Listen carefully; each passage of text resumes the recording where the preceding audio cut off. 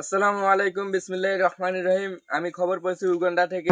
টান টান টান টান নাম আমার পাড়ান খেঁচে দেওয়া পিছন মারি দেবো, পাবলিকের সামনে মুখ দেখাতে পারবে না। খবরে প্রথমে শিরোনামগুলো জানিয়ে দিচ্ছি, সাথেই থাকুন। হঠাৎ মামার সাথে দেখা, মামাকে বললাম ঈদ সালামি কই, মামা নিখোঁজ। পরে আর খোঁজ খবর পাওয়া যায় নাই মামার।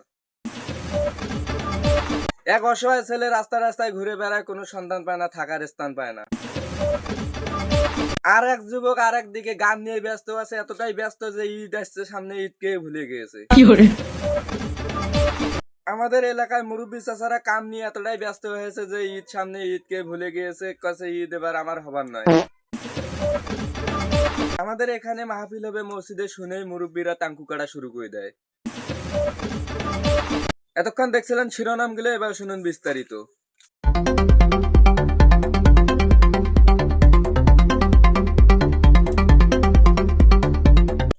আমাদের গ্রামে এতই মশা যে মশার অত্যাচারে পিঁপড়েরা দেশে পালে গেছে। আমাদের গ্রামে তেলের সংকট পড়ে গেছে, যে 200 টাকার ভাড়া দিয়ে যে 100 টাকার তেল কিনতে হয়। আমেরিকা আর ইসরায়েলের যুদ্ধ শুনে বাংলাদেশি কিছু ভাইয়েরা মিছিল তৈরি করেছে, বাংলাদেশ থেকে ইন্ডিয়া পাঠাবে বলে।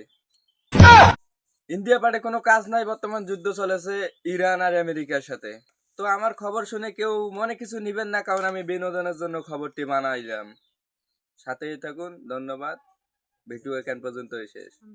নেক্সট খবরে দেখতে চাইলে ভিডিওটি শেয়ার করে রাখুন, ফলো দিয়ে রাখুন। ধন্যবাদ।